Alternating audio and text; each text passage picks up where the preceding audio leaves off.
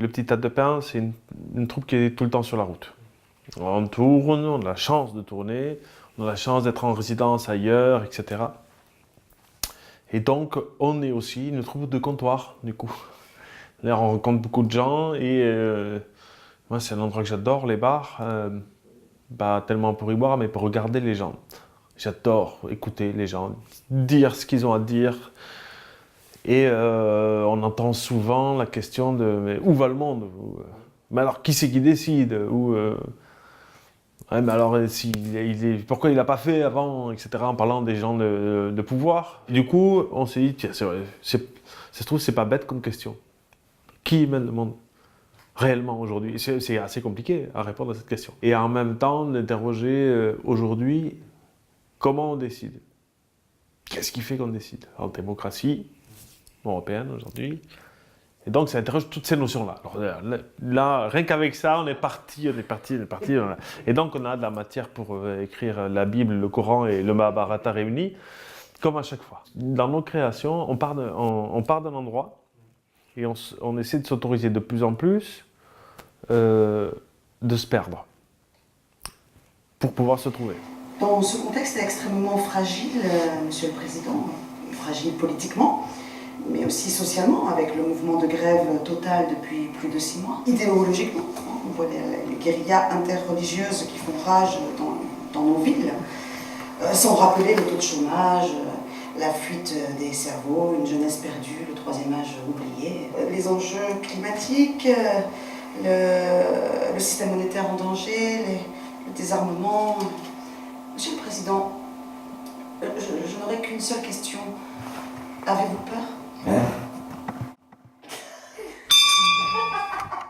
Il y a bien des choses qui se sont passées depuis la dernière interview. Je rappelle qu'on était parti de la vaste notion du pouvoir, au départ plus du point de vue de ceux qui l'exercent, et puis petit à petit, en interrogeant le pouvoir, on a aussi interrogé les grands groupes, le GAFA, Google, donc le numérique, donc notre dilapidation en données. Et donc, cette manière comme ça de s'insinuer dans la vie privée nous a fait nous interroger sur notre capacité à l'obéissance. Et ce qu'on a baptisé comme ça entre nous, en s'appuyant sur la servitude volontaire de la Boétie, on a appelé ça la servitude participative. On est passé de ceux qui dirigent à l'obéissance, à ce que nous sommes. Et nous avons plutôt interrogé donc à travers l'obéissance la notion d'accepter l'inacceptable. Qu'est-ce qui fait qu'on accepte quelque chose en tant que citoyen, dans le monde du travail, dans le couple, dans la famille? On accepte quelque chose ou une place qui, par nature, par notre nature propre, on ne devrait pas accepter. Je vais arbitrairement. Première scène, toi t'es la maman, Toff c'est le papa, moi je suis l'enfant. On voit juste une scène à chaque fois, c'est la même scène. L'enfant va devenir parent à chaque fois. Okay. Quand on s'est vu la dernière fois, je leur ai proposé des situations entre A, B, A, B, C, voilà, sur le thème de accepter l'inacceptable. Et donc l'équipe du Petit Théâtre de Pain a, par groupe, préparé des petites impros. Comme ça, on se dispersait dans le théâtre. Et ensuite, il les joue sur scène. Et là, on se dit, tiens, est-ce qu'on pourrait l'essayer, mais avec un petit changement? Quelqu'un propose ce qu'on appelle des variantes. Alors voilà, tiens, toi, ah oui, moi j'ai une variante. Ah ben vas-y. Et donc il va sur le plateau, il briefe à l'oreille les autres acteurs, ben on va le refaire, mais gna gna gna gna gna. Et donc on refait, et donc on voit une variante de ce qui a été proposé. Et on est constamment en va-et-vient en fait, entre les propositions de l'auteur, les propositions des acteurs, les propositions du metteur en scène, qui fait qu'il y a un triangle très dynamique. Il y a des choses qui presque ne vous appartiennent pas en tant qu'acteur, je veux dire, à l'endroit où il y a une indication qui est travaillée sur cet univers-là, ne veut pas dire que c'est ça qui est à traiter. Voilà. C'est juste, ça peut être aussi juste comment collectivement ça fait écho, enfin comment en chacun ça fait écho pour rendre quelque chose de collectif au plateau. Mais est-ce que ça existe ensemble? Et est-ce que ça sert la cohérence de ce qu'on veut raconter? C'est comme ça que j'entends. Peut-être qu'il y a des manques à ce niveau-là de ce personnage, enfin, de cette entité, si c'est une entité. Voilà, après ça se travaille dans le jeu, évidemment, on peut gagner du terrain sur aller emmerder, tout ça. Ce qui m'interpelle dans tout ça, c'est que c'est comme si tout ça, la démocratie, comme si tout était galvaudé. Et comme si tout ça ne voulait rien dire. Ce qui nous intéresse à nous, aussi pour toucher, c'est-à-dire pour être dans la véracité de ce qu'on éprouve, et aussi toucher le spectateur pour qu'il puisse identifier, c'est ce qu'il produit en creux. C'est-à-dire ce que, par le biais de la servitude participative, y compris dans le travail, produit en creux chez l'individu. Comment l'homme qui a besoin de reconnaissance va devenir zélé, va tricher pour rester debout. Et c'est ça aussi qu'on va raconter avec ce spectacle, c'est comment aujourd'hui on reste debout. Même si nous sommes les personnes contre qui nous nous battons, mais il y a aussi donc ce qu'il faut mobiliser en nous pour pouvoir se battre. Donc, voilà, a germé cette idée de travailler sur un ring. Alors, ça ne sera pas forcément un ring Hyper réaliste. hyper réaliste, mais C'est stylisé. voilà. Mais on va quand même travailler avec un boxeur, véritablement, parce qu'il est quand même toujours question, dans les pics que propose l'écriture, de porter des coups et de les encaisser.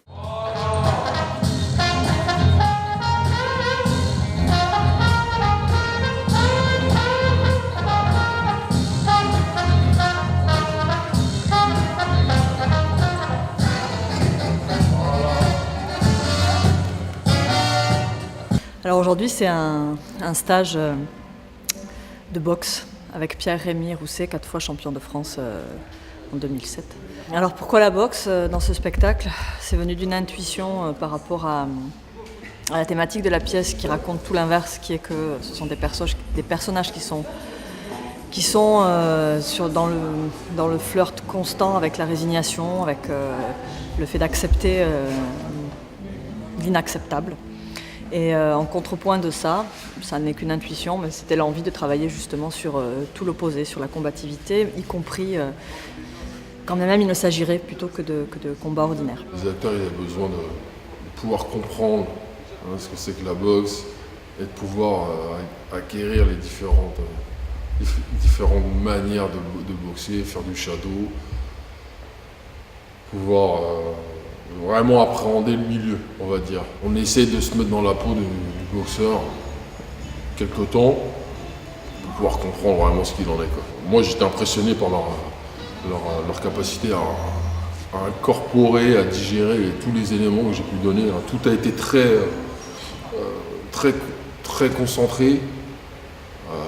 J'ai donné tout ce que je pouvais sur les différentes attitudes. Il ne faut pas chercher à aller trop vite, sinon, si vous cherchez à aller vite, ils vont faire mal. Un acteur, effectivement, quand il monte sur scène, je pense qu'il dégage une grosse énergie qui est en rapport aussi avec ce qu'il va jouer. Puis je pense qu'effectivement, comme ils ont conscience de ça, ils avaient besoin de comprendre l'énergie qu'on va demander à un boxeur. Il y a un rapport physique de toute évidence, mais là quand même c'est du précipité, c'est du condensé, quoi. C'est faire des choses que le corps n'a pas... Enfin, il faut s'y forger, c'est déconstruire des réflexes qu'on a de défense qui sont souvent liés à la fuite pour aller au contraire au combat, au corps à corps, pour éviter les coups, ce qui est un paradoxe, parce que naturellement, quand on est prédaté, on s'en va. Et là, non, on rentre dans la matière pour apprendre à encaisser les coups. Donc oui, il y a des parallèles vachement intéressants, mais physiquement, non, c'est ailleurs. Ce qui a évolué depuis le mois de mai, d'abord c'est la venue de Philippe, qui est arrivé là en septembre pour travailler avec nous sur la mise en mouvement, la mise en espace, la mise en scène à mes côtés. Que le travail est super intéressant, notamment à mettre en relation avec le travail que mène Pierre-Rémy sur la boxe. La boxe, pour moi, je la vois dans la façon d'aborder les choses, c'est-à-dire que c'est magnifique de voir des comédiens, je fais un son de cloche.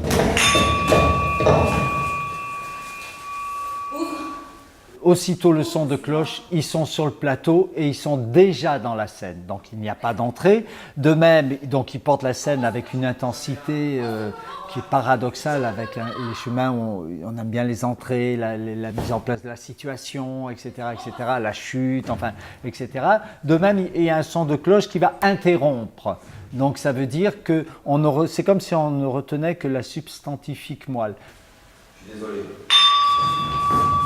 Le deuxième élément que je trouve aussi très important dans le cadre, c'est-à-dire que le plateau, lorsqu'on doit bondir sur un plateau de 4 mètres sur 4 mètres, ça veut dire que l'espace est limité et ça veut dire que l'extérieur, il est aussi là. Et ça veut dire que les personnes qui ne sont pas sur scène, eh ben, ce sont eux qui vont créer le plateau, à savoir amener des objets s'il le faut, etc. etc.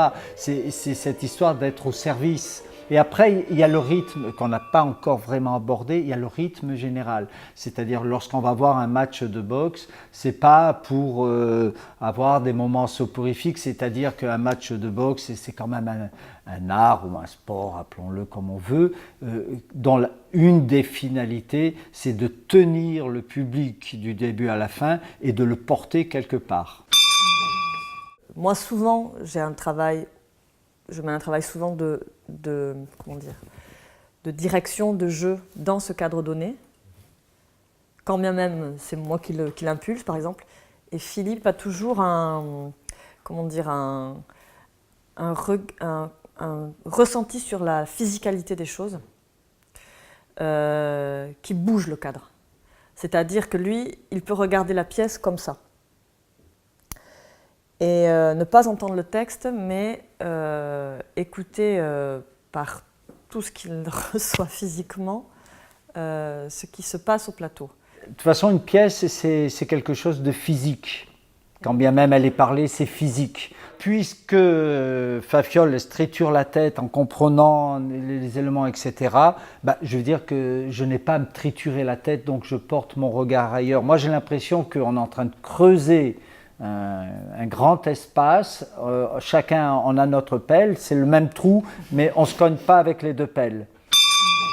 C'est toujours un état de mise à nu, à la fois excitant et perturbant. C'est-à-dire qu'on va aller chercher chez le public, on va questionner le public. Qu'est-ce que vous en avez compris? De quoi parle pour vous la pièce en général, à votre avis? Qu'est-ce qu'il pressent du rythme? Est-ce que cette histoire de boxe sans qu'il y ait les gants apparents s'induit? Est-ce que le combat s'induit? Voilà, tout ça. Il y a tous les questionnements de sens que moi j'aimerais bien poser. Ce qui m'intéresse, c'est pas tant la compréhension de la pièce, la mise en place du regard, etc., mais c'est de voir est-ce qu'on peut partager un même désir d'ambiance.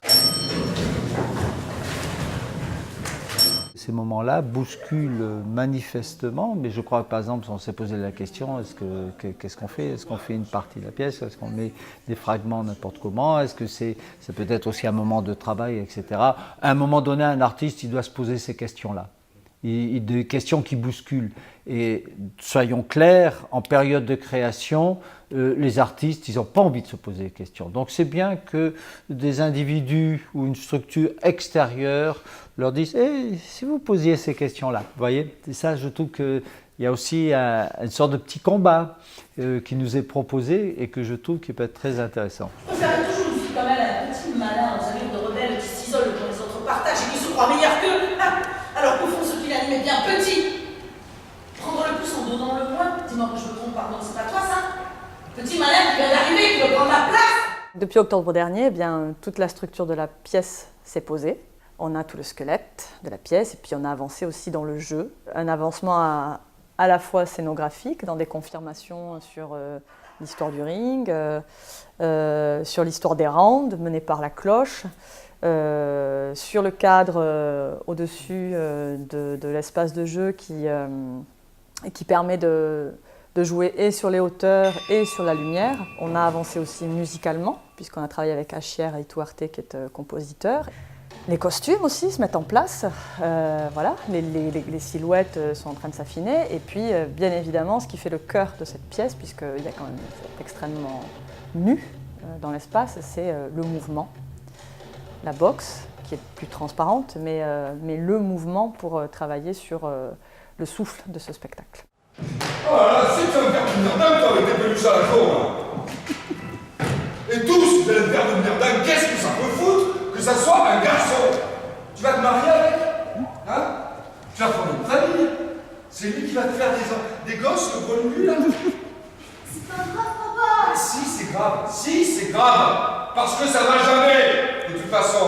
Jamais! La pièce n'est pas vide de cet humour-là. C'est un peu glacial, c'est assez cynique, mais c'est un humour noir. Mais oui, ça donne envie de pousser le bouchon. Ce sont des moments nécessaires, ce ne sont pas de l'humour pour de l'humour. C'est fortement nécessaire, surtout que d'autres moments, il y a des claques quand même qui se prennent. Donc voilà. Oui, c'est une soupape de sécurité. Oui, oui. Aussi, même Stéphane, dans l'écriture, misait sur le rythme, pour que ce soit le rythme qui emporte, qui donne, qui véhicule ce souffle-là et que les gens puissent prendre les situations en pleine poire, mais arrivent à en rire à travers les doigts. On est passé d'une vision au cœur des scènes à une vision qui touche la pièce, qui impose un rythme, qui impose un souffle, une énergie, etc., etc. C'est-à-dire de travailler dans les détails, dans les scènes, etc. Mais la pièce est de plus en plus présente. J'oserais dire que la pièce commence à naître. Il reste 3 semaines de travail. C'est un petit futur. C'est un tout petit futur. Bon, 3 semaines étalées jusque fin février, donc il y a un temps de macération évidemment entre. Il y a un temps aussi qui va être dédié exclusivement à la technique, puisque là, on n'a pas tout. Il y a beaucoup de choses qui vont se finaliser au Pays Basque. Donc il y a une petite résidence exclusivement technique, où on va tout fignoler, et la scéno, et les objets, les accessoires, les costumes, tout. Et puis pour enchaîner avec 15 jours, où il ne sera plus question que du jeu dans la structure, que du jeu, et de filer, pour éprouver et la dimension intérieure et le rythme.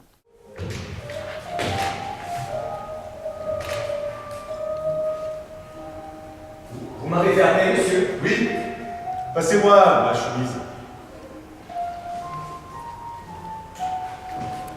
Vous dînez avec moi ce soir? Je ne peux pas, hélas. Vous dînez avec moi ce soir? Je suis invité. À qui? Des amis. Ici? Lesquels? Des amis de ma femme. Ah! Ce ne sont pas vos amis alors? À quelle heure? Ma femme arrive vers 19h, elle passe me prendre. 19h, c'est très bien. On se retrouve dans le hall de l'hôtel. Laissez votre femme y aller. C'est important, les amis. On était tout frais parce que c'était nos premières dans l'espace public, vu que le spectacle a connu déjà une exploitation de 20 dates en salle. Mais là, c'était se réapproprier un autre environnement, d'autres dimensions aussi, puisque le dispositif est un tout petit peu plus écarté, et puis surtout un autre rapport au public, vu qu'on est sur du bifrontal. Et c'était une belle rencontre, en fait. Voilà, dans l'espace même, parce que c'était magnifique d'avoir les lignes des barres qui correspondaient aux lignes du ring. Enfin, il y avait quelque chose d'esthétique dans son ensemble. Donc ça, c'était très savoureux. Vive l'espace public pour les surprises qu'il nous offre et les suppléments d'âme. Et puis, de la rencontre avec le public, c'était musclé pour nous de sortir, parce que ça demande une autre énergie, ça demande un autre état de corps encore plus mobilisant. Mais super, enfin voilà, on est content du pari tenu. Ce ver ne peut se reproduire que dans le ventre d'un oiseau qui vit près du lac. Une fois la crevette digérée, les larves du parasite se fondent dans la fiente larguée au-dessus de l'eau. Puis elles vont pouvoir se développer pour devenir des millions de jeunes et beaux microphallus qui vont batifoler dans les eaux profondes et douces. Jusqu'au moment où il sera temps d'infester de belles crevettes, bien jeunes, bien disponibles et finalement bien soumises pour le grand voyage. D'après les spécialistes, ça n'est pas prêt de s'arrêter. On observe la présence de plus en plus grande d'oiseaux mangeurs de crevettes près des lacs de la région.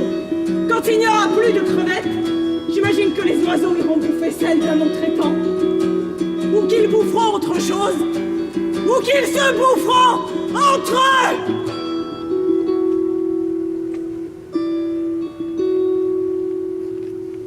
Voilà.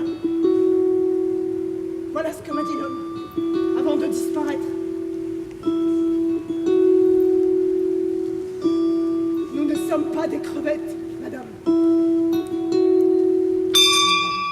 C'est magique parce que je me rappelle des premières impros là-bas, dans le studio justement, où on était, on jetait tout, et on se disait, enfin tout comme ça, et on se disait, ah, c'est... Là il y a profusion, hein, mais qu'est-ce qu'on va tirer de ça? Je sais pas. Même pour Stéphane, c'était complètement nouveau que de venir, de voir comment on travaille une équipe. Il était de se mettre au diapason aussi, de ce travail, enfin de cette collaboration-là, puisque lui, il avait l'habitude d'écrire tout seul dans son coin, et que là, tout d'un coup, ah, ça se passe comme ça. Alors, la présence de Pierre Rémy aussi, qui est venu là, la toute première, le tout premier teaser qu'on a fait de quoi, 20 minutes à peine, où les choses, où les modules étaient complètement dans le désordre encore. Oui, c'est fort, et puis aussi le propos aussi qui s'affine au fur et à mesure que la chose prend forme, parce que y avait des intuitions, mais quand tout d'un coup, et puis c'est pas toujours facile, des fois quand on te dit « alors, de quoi parlez votre spectacle ?» Et quand on est au tout début, ben, on aimerait tendre vers, mais on n'a jamais la garantie de... Et puis on a toujours des surprises aussi en cours de route, c'est ça qui est génial. Mais ouais, et puis bon, l'accueil ici, quoi, aussi. L'accueil qui est magistral, quoi. C'est un endroit super, on se le redisait encore hier, hein. Quelle équipe charmante, quoi. Parce que ça peut être fonctionnel, mais plus froid, mais ici tout est vachement chaleureux, quoi. Et ça c'est vachement agréable d'être ici.